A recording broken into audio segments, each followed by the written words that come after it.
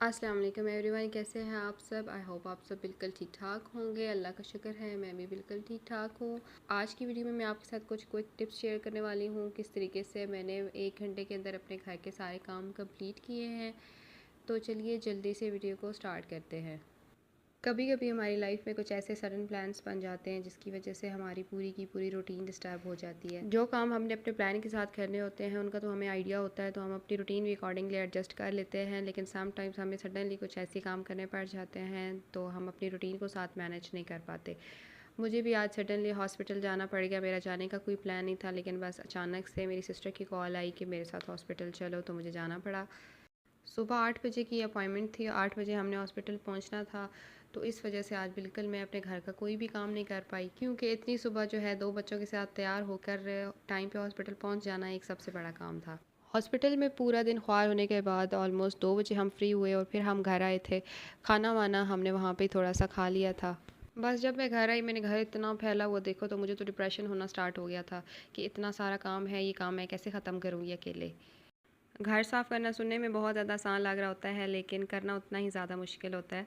तो अगर हम इसको आसान बनाना चाहते हैं तो उसके लिए हमें चाहिए कि हमने जो भी काम करना है ना, उनको हम स्टेप बाय स्टेप करें। अगर हम बहुत सारे काम इकट्ठे स्टार्ट कर लेते हैं तो फिर हमारे लिए वो मैनेज करना मुश्किल हो जाता है, और अगर घर में बच्चे हों फिर तो और ही ज़्यादा मुश्किल हो जाता है। यहाँ मेरी लक कुछ इस तरीके से चल गई थी कि 2 बजे तक हम घर वापस आए थे, तो मेरे बच्चों के सोने का टाइम हुआ पड़ा था, और वैसे भी पूरा दिन हॉस्पिटल में वो खेल खेल के काफ़ी ज़्यादा थक गए थे। तो मैंने सबसे पहले आते साथ ही उनको सुला दिया था। जब भी हमारे पास टाइम कम हो और काम करने के लिए बहुत ज़्यादा हो तो कोशिश करें कि उस टाइम काम के लिए ना एक टारगेट सेट कर ले कि 1 घंटे के अंदर या 2 घंटे जो भी आपके पास टाइम है, उस टाइम के अंदर आपने इतना काम कंप्लीट करना है, क्योंकि कोई भी काम जब हम एक टारगेट के साथ करते हैं ना तो वो हम बहुत क्विकली करना शुरू कर देते हैं। तो बस आज की इस वीडियो में ना आपके साथ मैं अपना काम भी शेयर करती चाहती हूँ, और कि किस तरीके से मैंने इतना क्विकली और इतने थोड़े से टाइम में इतना ज़्यादा काम कंप्लीट कर लिया था। और बस आपको भी कुछ छोटी छोटी सी कोई टिप्स बताती जाऊँगी जो आप भी फॉलो कर सकते हैं जब आपके पास जो है इस तरीके की सिचुएशन हो, आपके पास टाइम कम हो और काम आपने ज़्यादा करना हो। जब भी आप काम करना स्टार्ट करते हैं, खासकर जब भी आप सफाई स्टार्ट करते हैं ना, तो कोई भी चीज़ जो इधर उधर पड़ी होती है यानी बेतरतीबी से आगे पीछे पड़ी है, जैसे वैसे तो कोशिश किया करें कि जो भी चीज़ आप जहाँ से उठाते हैं उनको रख दिया करें, लेकिन समटाइम्स जैसे आज जल्दी में मैं भी जो चीज़ जिधर थी बस वहाँ पे छोड़ के चली गई थी, क्योंकि टाइम मेरे पास बहुत शॉर्ट था। सबसे पहले जब भी आप काम स्टार्ट करेंगे तो जो चीज़ जो है बेतरतीबी से पड़ी हुई है उन सारी चीज़ों को उठा के पहले अपनी जगह पे रख दें। मैंने सबसे पहले यहाँ पे किचन में काम स्टार्ट किया था। किचन में मेरे सुबह जो ब्रेकफास्ट बनाया था वो भी सारे बर्तन इधर उधर पड़े थे। उन सारी जो है धोने वाले बर्तन वो मैंने बेसन में रखे इस तरीके से, और बाकी जो चीज़ें मेरी ब्रेड वगैरह केचप ये चीज़ें भी बाहर रह गई थी, उनको मैंने फ्रिज में रखा। फिर उसके बाद मैंने जितने भी शेल्फ्स चूल्हे वगैरह थे उनको साफ़ किया है। झाड़ू जो है मैं पहले लगाऊंगी और बर्तन में बाद में वॉश करूँगी, क्योंकि बर्तन धोने के टाइम पे कुछ पानी जो है वो भी फ़र्श पे गिर जाता है समटाइम्स, तो उसके बाद फिर झाड़ू लगाना थोड़ा सा मुश्किल होता है। तो पहले मैं झाड़ू लगाऊंगी, उसके बाद जो है मैं फिर बर्तन धोना स्टार्ट करूँगी।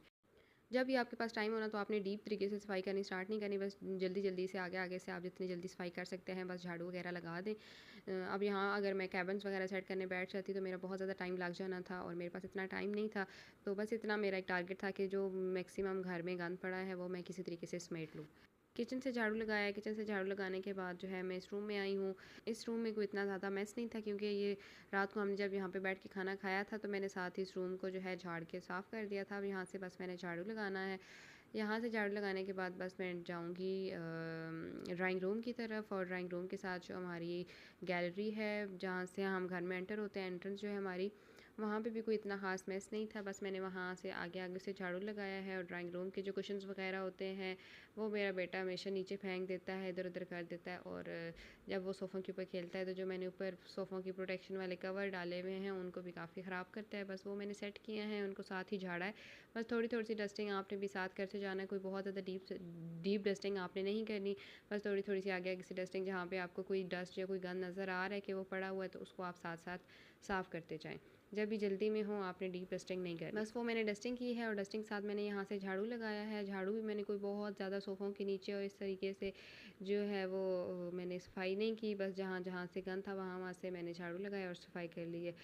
सबसे ज़्यादा जो मेरा घर बिखरा हुआ था वो था टीवी लाउंज में। टीवी लाउंज में मेरा मेस जो था वो बहुत ज़्यादा था। कल की व्लॉग में मैंने आपके साथ अपनी लॉन्ड्री की रूटीन शेयर की थी। वैसे लॉन्ड्री के बाद ना मेरी कोशिश होती है कि एक दिन मैं लॉन्ड्री करती हूँ इवनिंग में, तो दूसरे दिन जो है मॉर्निंग में मैं 1 घंटा निकाल के तो जितने कपड़े मेरे 1 घंटे के अंदर इस्त्री हो सकते हैं ना वो मैक्सिमम मैं इस्त्री कर देती हूँ। तो वैसे तो आज मेरा जो है इस्त्री करने का दिन था, लेकिन मैं नहीं कर पाई। तो आज वैसे मेरे पास टाइम भी बहुत कम है, तो मैंने इस्त्री वाला काम जो है उसको आज स्किप किया है। बस जो ये कपड़े हैं इनको मैं तय करके अलग करके रख दूँगी और कल इंशाल्लाह जो है मैं इनको प्रेस करूँगी। सुबह मेरे पास टाइम जो था वो बहुत शॉर्ट था, तो बस मैंने टेरेस से कपड़े जो हैं वो उतार के अंदर रखे थे, क्योंकि दिन को धूप तेज़ हो जानी थी तो फिर कपड़ों का कलर फेड हो जाता। तो इसके अलावा जो शेड के नीचे कपड़े थे वो थोड़े से गीले भी थे, तो उनको मैंने रहने दिया था। वो फिर मैंने अभी आके उतारे हैं। शेड के नीचे जो थे उनको मैंने अभी आके उतारा है। और अब जो है इन सारे कपड़ों को मैं तय लगा के रखूँगी। कोशिश करें कि जब भी आप कपड़े तय करते हैं तो सबके जो है पेयर्स बना के रखा करें। जैसे मेरे कपड़े होते हैं, मेरे हस्बैंड के होते हैं, बच्चों के होते हैं, तो सारे के कपड़े जो है वो मैं अलग अलग रखती हूँ, ताकि बाद में मुझे ना ढूंढने में मुश्किल ना हो। इन सारे कपड़ों को बस अब मैं यहाँ आयरन स्टैंड पे रख दूँगी। अलमारी में भी अभी नहीं रखूँगी, क्योंकि मैंने ज़्यादातर इनमें से जो कपड़े हैं उनको प्रेस करना है, तो जो है कल इंशाल्लाह मैं इनको प्रेस करूँगी। तो बस ये कपड़े मैंने यहाँ से संभाले हैं। अब मेरे बच्चे ने जो है पूरे लाउंज में टॉयज़ फेंके हुए थे। मैं ज़्यादातर जो है इसी तरीके से करती हूँ कि दिन के टाइम पे बच्चों को लेके टीवी लाउंज में ज़्यादा रहती हूँ, और इस तरीके से जो मेरे बाकी रूम्स होते हैं ना वो बच जाते हैं, उनमें इतना मेस नहीं होता। तो मैक्सिमम मेस जो है वो इसी लाउंज में होता है। यहाँ पे मेरे बच्चे के सारे टॉयज़ वगैरह नीचे पड़े होते हैं, ये मैंने सारे उठाने हैं इनको। उसके बाद फिर मैं यहाँ से झाड़ू लगाऊंगी।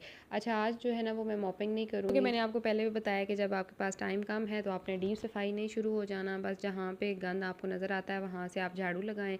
और ज़रूरी नहीं है कि जब आपने सफाई करनी है तो आपने मॉपिंग भी साथ लाजमी करनी है, क्योंकि सिर्फ झाड़ू लगाने से भी हमारा फर्श अच्छा भला साफ़ हो जाता है। तो जिस दिन आपके पास टाइम हो उस दिन फिर आप डीप तरीके से जो है मॉपिंग भी कर लिया करें।